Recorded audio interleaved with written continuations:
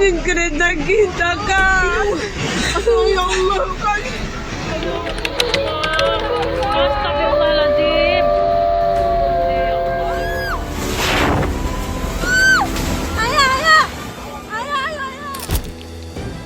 Satu provinsi mati listrik total. Semua jalan lintas utama dari barat sampai timur terputus. Ribuan rumah hanyut, anak-anak dievakuasi pakai rakit darurat, dan banjir menutup kota-kota, seolah Sumatera dipaksa berhenti hidup. Dan yang membuat makin merinding, tidak ada status bencana nasional. Padahal apa yang terjadi bukan banjir biasa. Ini efek berantai dari siklon tropis yang muncul di lokasi yang tidak semestinya. Tanda kalau perubahan iklim sudah masuk fase yang tidak bisa kita pura-pura tidak lihat. Dan tentu saja gundulnya hutan akibat kerakusan segelintir orang. Tapi kita bahas itu nanti. Kita mulai dari kronologi dulu biar jelas betapa masifnya tragedi ini.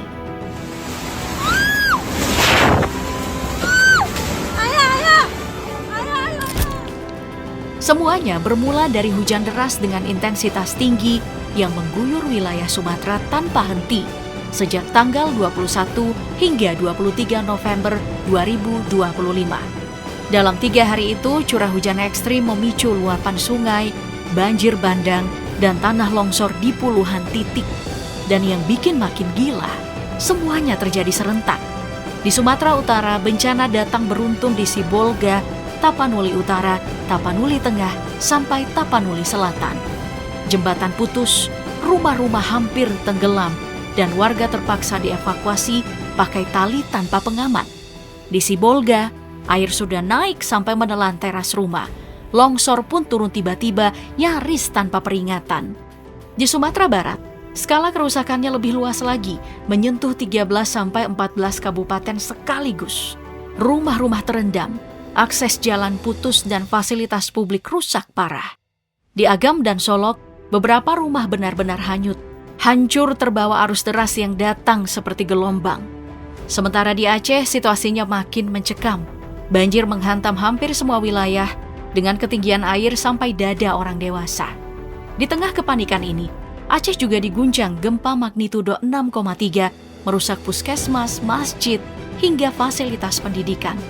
Bahkan sebuah asrama di sebuah pesantren di Bereuen runtuh ke sungai setelah longsor menyeret pondasi bangunannya. Data BNPB menunjukkan betapa masifnya tragedi ini, 442 korban jiwa. Aceh mencatat 96 meninggal, 75 hilang. Sumatera Barat, 129 meninggal, 118 hilang. Dan Sumatera Utara jadi yang paling parah, 217 meninggal dan 209 hilang. Bahkan, Wali Kota Sibolga sempat hilang kontak dan baru ditemukan selamat setelah berjalan kaki 4 hari menembus wilayah terisolasi. Kerusakan infrastrukturnya juga brutal. Total sampai 3.000 rumah rusak, 43 fasilitas pendidikan terdampak, dan 133 jembatan putus. Beberapa daerah benar-benar terisolasi, terutama Tapanuli Tengah dan kota Sibolga, di mana akses darat terputus total, listrik mati, dan internet hilang, bikin komunikasi hampir mustahil. Ini baru awal, karena setelah melihat skala kerusakannya, kita harus tanya, apa yang sebenarnya terjadi sampai satu pulau seperti ini lumpuh? Kak, nahanin kereta kita, Kak. Ya Allah, Kak. Allah. Dan ini yang luput dari banyak pemberitaan. Warga yang selamat dari banjir justru terjebak dalam ancaman kelaparan. Di Aceh Timur, sebuah surat dari Bupati beredar luas, isinya permintaan darurat ke Bulog karena daerah ini sudah lebih dari 4 hari terisolasi tanpa suplai beras. Bantuan memang mulai masuk, tapi distribusinya jauh dari kata merata. Banyak kampung cuma mengandalkan stok seadanya sambil menunggu pertolongan yang tak kunjung tiba. Parahnya, di pasar-pasar kecil yang masih bertahan, harga kebutuhan pokok melonjak gila-gilaan. Bayangkan, sebutir telur 15.000, cabai tembus 300.000 per kilo. Kondisi itu langsung memicu gelombang kepanikan. Warga nekat menyerbu minimarket, gudang logistik, sampai fasilitas penyimpanan bahan pokok demi bertahan hidup. Dan dari video warga terlihat jelas, Masyarakat mulai menjarah beras, minyak, telur, dan kebutuhan dasar lainnya. Ini bukan kriminalitas. Ini tanda bahwa situasinya benar-benar darurat.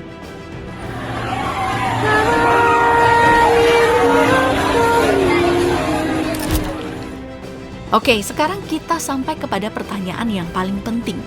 Apa sebenarnya yang memicu bencana sebesar ini? Apakah semuanya murni faktor alam? Atau justru ada jejak tangan manusia di baliknya? BMKG menyebut penyebab awalnya adalah siklon Senyar, badai tropis langka yang memicu hujan lebat ekstrim, banjir bandang, dan tanah longsor. Fenomena ini memang tidak biasa, bahkan muncul di wilayah yang selama ini jarang jadi jalur siklon. Tapi, apakah Senyar satu-satunya penyebab? Jawabannya tidak.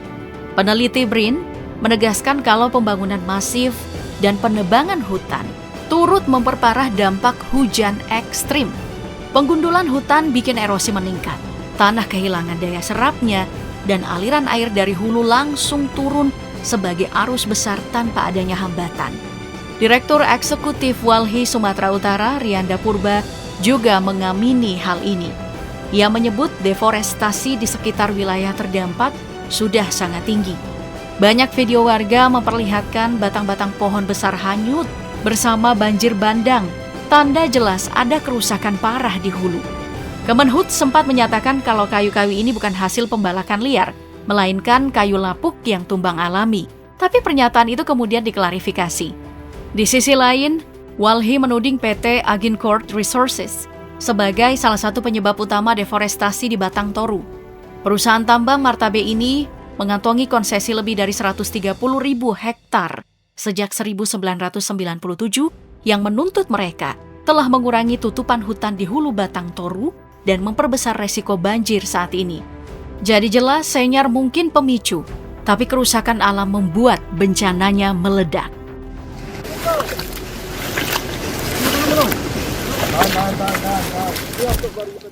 Melihat skala kerusakan dan jumlah korban yang terus bertambah, 3 provinsi, Sumatera Utara, Sumatera Barat, dan Aceh, langsung menetapkan status tanggap darurat selama 14 hari. Situasi ini memang tidak bisa ditangani dengan mekanisme biasa. Presiden Prabowo kemudian memerintahkan pengerahan seluruh kekuatan nasional. TNI, Polri, Basarnas, semuanya diturunkan untuk mempercepat evakuasi dan distribusi bantuan. TNI mengerahkan 3 Hercules jenis A400, lalu 6 kapal perang, 4 helikopter, termasuk kapal rumah sakit KRI Suharsono 990 untuk mendekat ke wilayah terdampak. Polri pun ikut menurunkan personil lengkap dengan pesawat, helikopter, kapal, dan peralatan khusus untuk menjangkau titik-titik yang terisolasi. Tim SAR bekerja tanpa henti, menyelamatkan warga yang terjebak di atas rumah, pepohonan, sampai area yang tertutup lumpur. Koordinasi logistik dipusatkan lewat Kemenko PMK, sementara Kementerian PUPR mengerahkan chainsaw, backhoe loader, dan ekskavator untuk membersihkan material longsor dan membuka akses darat. BNPB bahkan melakukan operasi modifikasi cuaca untuk menghalau awan hujan dan mencegah bencana susulan. Upaya besar-besaran ini digelar untuk satu tujuan, menarik Sumatera dari kondisi darurat sebelum semuanya terlambat.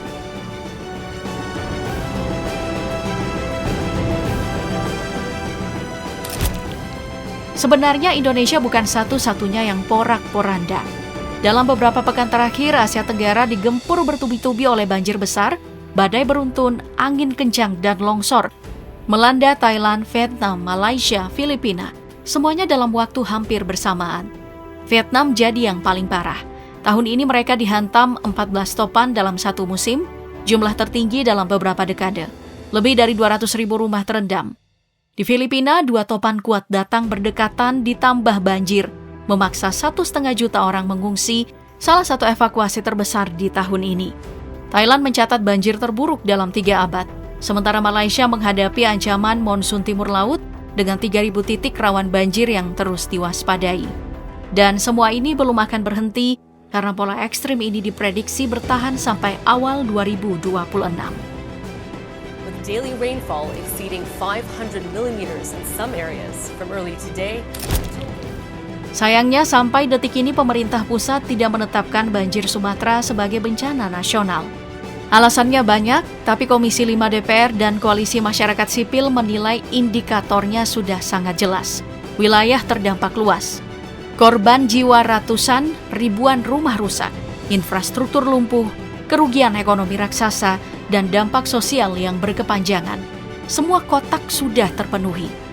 Penetapan status bencana nasional penting, karena itu berarti negara wajib mengerahkan semua sumber daya, dana darurat, personil SAR tambahan, relawan nasional, logistik cepat hingga koordinasi lintas kementerian tanpa batas birokrasi. Tapi apa yang terjadi? Banyak pihak menilai keputusan ini berkaitan dengan pemangkasan anggaran penanganan bencana di era Presiden Prabowo. Selyos menyoroti bahwa ruang fiskal makin sempit karena efisiensi anggaran dialihkan ke program-program prioritas seperti MBG, sehingga dana respon darurat pun ikut terseret. Di sisi lain, masalah deforestasi tidak bisa lagi dipinggirkan. Langkah Bobi Nasution yang mendorong pencabutan isi PT Toba Pulp Lestari harus dikawal ketat. Kerusakan lingkungan bukan cuma isu sampingan, ini akar dari bencana yang kita lihat sekarang. Yang kita butuhkan adalah perbaikan sistemik, tata kelola hutan yang tegas, sistem peringatan dan respon bencana yang lebih cepat, dan keberpihakan politik pada keselamatan rakyat, bukan kepentingan industri. Karena pada akhirnya hanya ada satu pertanyaan besar. Akankah tragedi ini jadi titik balik? Atau hanya menambah deret panjang bencana yang terus berulang tanpa pernah benar-benar kita benahi?